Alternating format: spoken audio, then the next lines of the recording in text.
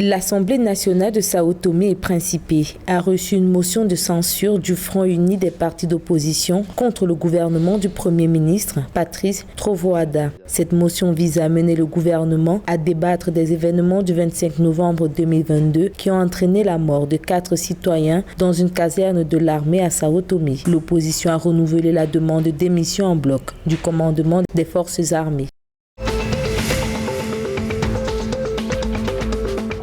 Les autorités de Bambo, dans l'est de la République démocratique du Congo, appellent à une plus grande implication des instances régionales pour mettre fin aux exactions du M23. Depuis plusieurs mois, les rebelles du M23 opèrent un pillage de récoltes et mettent à mal les efforts de nutrition entreprises par les populations. Pour les dites autorités, plus les milices multiplient les embuscades contre les rebelles, plus la population accusée de cacher les maï-maï en paye le lourd tribut.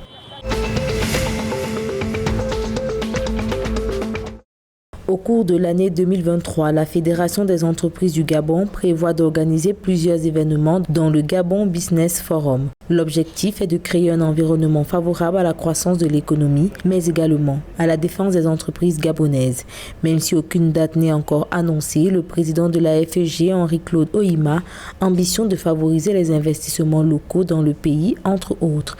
La FEG compte plus de 250 entreprises qui représentent et produisent près de 80% du PIB et plus de 90% de la main-d'œuvre formelle du Gabon.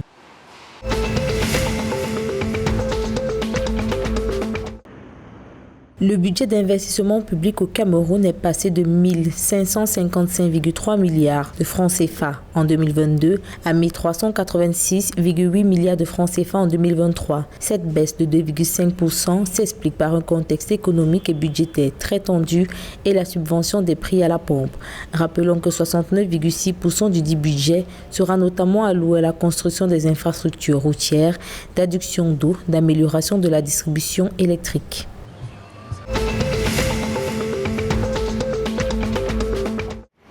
Le vendredi 13 janvier 2023, un protocole d'accord a été signé entre le gouvernement de la République du Tchad et la Fédération suisse sur la mise en œuvre de la phase 4 du programme de gestion des eaux de ruissellement dans le Tchad sahélien. Ce programme vise à contribuer à l'amélioration de la sécurité alimentaire et nutritionnelle des populations des régions d'intervention du programme. Depuis 2012, le projet a permis d'aménager plus de 10 000 hectares de bassins versants, de favoriser 8 500 hectares de terres agricoles qui a profité à plus de 200 000 exploitants